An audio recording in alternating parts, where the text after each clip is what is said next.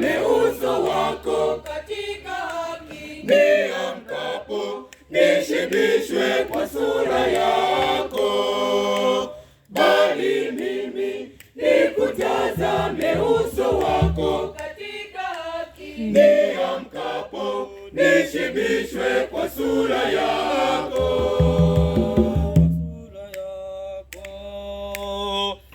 Bwana, usikie haki, ukisikilize kilio changu, utege sikio lako kwa maombi yangu.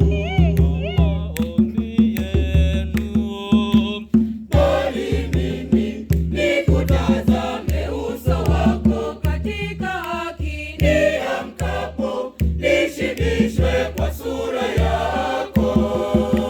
Bali mimi nikutazame uso wako katika haki, niamkapo nishibishwe kwa sura yako.